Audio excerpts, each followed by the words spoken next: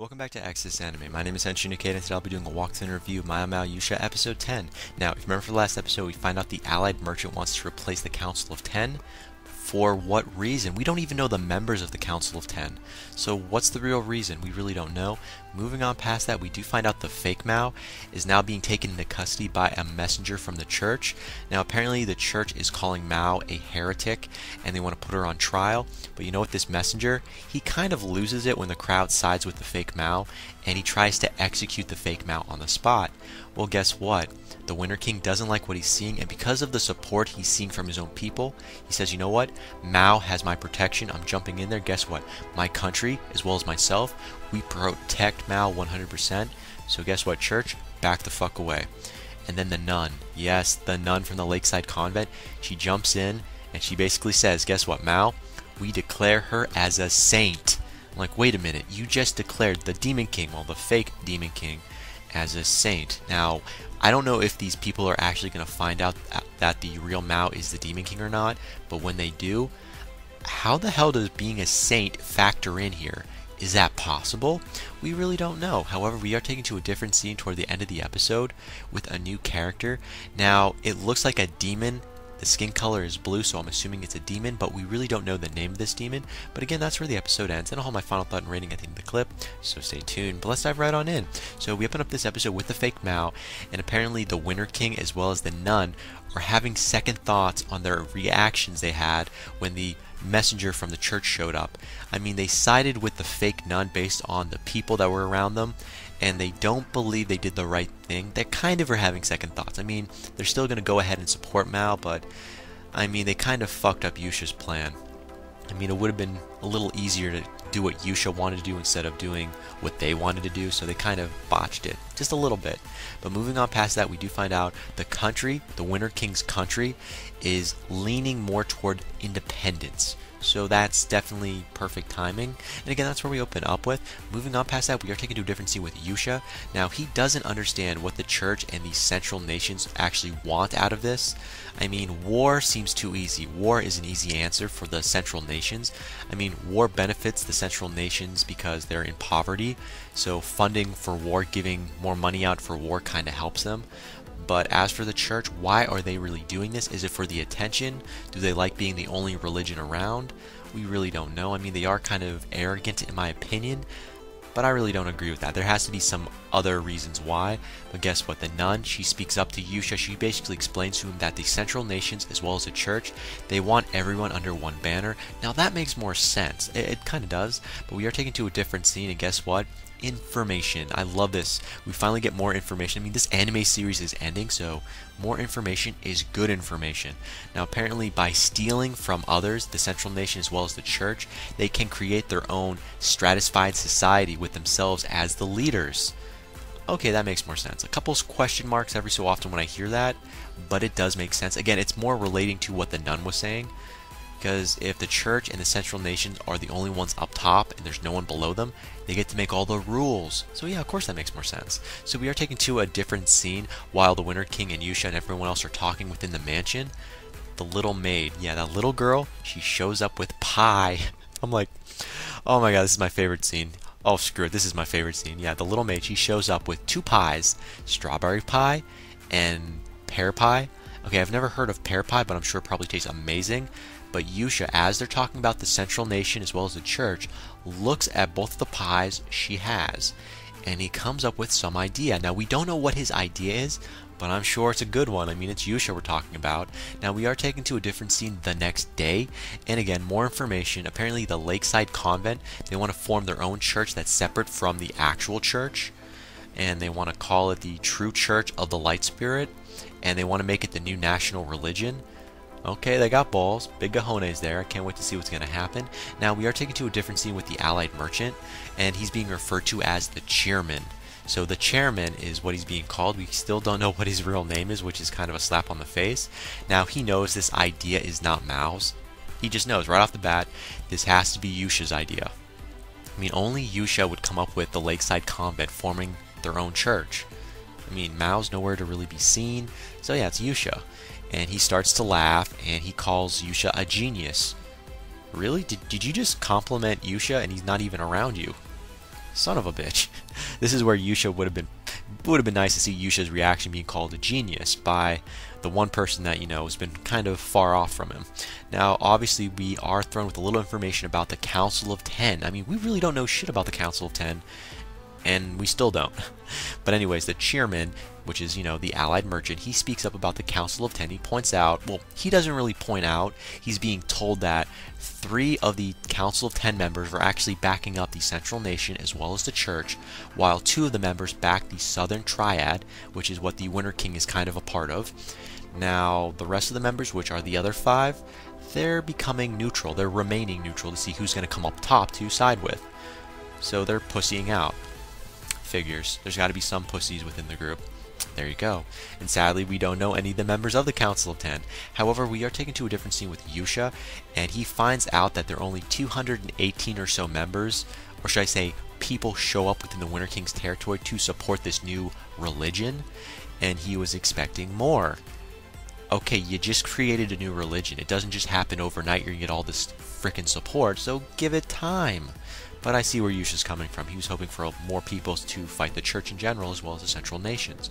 Now, we are taken to a different scene with an older woman from the Bard country. I'm going to refer to her as the Duchess because she looks like a Duchess. I kind of like her, but I don't really know a lot about her. But anyways, we open up this scene with an older woman from the Bard country, and I'm referring to her as a Duchess, even though that's not her real title.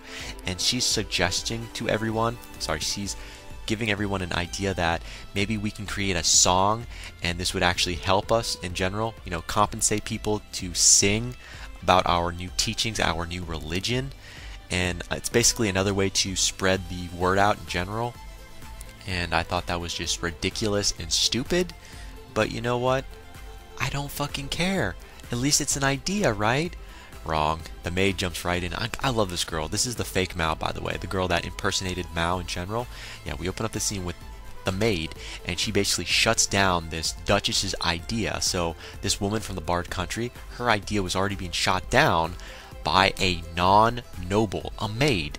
And she basically says, well, the church, they would just denounce these heretics and claim the people were lying, label them as liars and servants of the demons. Yeah, she has an amazing point, and that's why I love her character. She reminds you of Mao way too much. Now, speaking of this maid, we are taken to a different scene, and she points out, the Winter King's territory, there's no serfdom, and there are low taxes, and if the bards, they spread the songs of their teachings, wouldn't it be bringing more people in? I mean, kind of makes sense. Then again, she's kind of saying, okay, maybe this woman, this old woman from the Bard country, has a point, if they come to the Winter King's country per se. I mean, there is low taxes, and no offense, if it's low taxes, I'd move there. Low taxes, less money you're spending on, the government, or the kingdom in this case. Now, the Winter King, he agrees. He actually agrees. I mean, what the hell is he going to do? Say no? I didn't see any other good ideas. So we are taken to a different scene with the chairman, the allied merchant, and the chairman, he actually has a product purchase agreement set up, which are like a pile of parchment paper on a table, kind of like scrolls, and I'm like, okay, where is this going to go? Apparently he wants to pay up front for the next year's crops, so the land owners can sell crops they don't have. Now, what does that really mean to us? Apparently when the summer comes, crops have to be handed over because they've been purchased already, and if the prices have risen, well, that's not really good. So technically, if the prices have risen with a bad harvest, he can actually acquire the crops at a lower price. Okay, is that a little sneakiness I sense? Oh yeah, of course. Apparently he's banking on the possibility that war is going to outdo the crops per se, and the prices are going to change, so I like where that's going. I don't really know what side he's on anymore, but he's getting really fucking sneaky. But moving on past that, apparently he wants the church as well as the Central Nations to worry. So by creating this little chaos, making them pay more than what they should, I like it. So his general goal is to, if this makes any sense, buy, sell, and exchange. I like it. However, we are taken to a different scene, and we're back at Gate City. Now, the Dragon Princess is talking about the Azura demons. We really don't know who the fuck the Azura demons are or why she's actually talking about them. However, the Azura demons are blue-skinned, which means we've already seen them in the last episode, so now we know what they're called. Their race is called the Azura demons, and they're blue-skinned, and apparently they're the greater race among the demons, because most of the demon kings kind of descend from the Azura demons. And guess what? That race in particular, they're the ones who most likely desire to conquer the human world. However, Mao doesn't appear to be blue-skinned, so she's not an Azura demon. Thank God. I don't think I could stand her if she was blue. I mean, this is not Magi. We don't see Dodgins in this series, so thank God. Anyways, moving on past that, it's being rumored from what the Dragon Princess is describing, or at least I believe it's a Dragon Princess that's saying this. It's being rumored that the Azura demons are kind of secretly contacting humans in the Gate City. How is that a rumor? What are they actually talking to them about? That would have been a better rumor. But anyways, I digress. We are taken to a different scene with the chairman, yeah, the Allied merchant. And, well, he actually wants to use the black hand, not the black hand, the backhand. I want to call them the black hand because it's more of a darker name, but it's his personal assassination group, per se, of, mercenaries. He wants to use the backhand to deal with the 3 council members of the Council of 10 who sided with the church as well as the Central Nations. He just wants to kind of push them off and screw around with them, per se. And is that a little hint that he's getting a little dark here? Getting a little bad? I think so. He's got something planned, but we really don't know what. Now, we are taken to a different scene with the Winter King, and he kind of catches wind about what's happening with the Allied merchant, and what's happening with the crops in general, and how the prices are actually going to affect his country. And he actually has an idea, or one of his subordinates actually has an idea about tariffs. Basically, he wants to levy the taxes on products that are leaving his country. So once a product or crop leaves his country, you're going to get taxed on it. Which means if you buy it cheap and low in his country, well, you got to eat it in your country. You got to keep it in your country so you don't get taxed on it. Once it leaves the Winter King's territory, you get taxed. So that's how he's going to deal with what's happening with the Allied merchant. And I can't wait to find out what the Allied merchant's going to do about that. Now, we are taken to a different scene. Now, apparently the Dragon Princess meets the chairman in secret, and I was wondering why, and it was to get salt. She's requesting salt from the Allied merchant because, that's what he specializes in. But we really don't know why, but we do know in the demon world, salt is a high commodity. And that's all we really know, and that kind of was a weird little cutscene there. However, we are taken to a different scene with Mao finally. Now, Mao's having a flashback of when she first started talking about Yuusha to the maid, which was, a little nostalgia, I guess, for her. For me, just bored the fuck out of me, so I'm not really going to go into it too much. But moving on past that, we are taken to a different scene with the Winter King. And guess what? He has bad news. Apparently, the church has excommunicated him as well as his country, per se. And that's not a good thing. Apparently that's a declaration of war, so now it's on like Donkey Kong, and not in the good way. Now Yuusha wants to try to avoid war at all costs, so he asked the Winter King, can we avoid this? And the only thing the Winter King can actually tell him is that if we can stall for 2 weeks or so, the winter weather, the snow will come in, and it's going to put a damper on this war.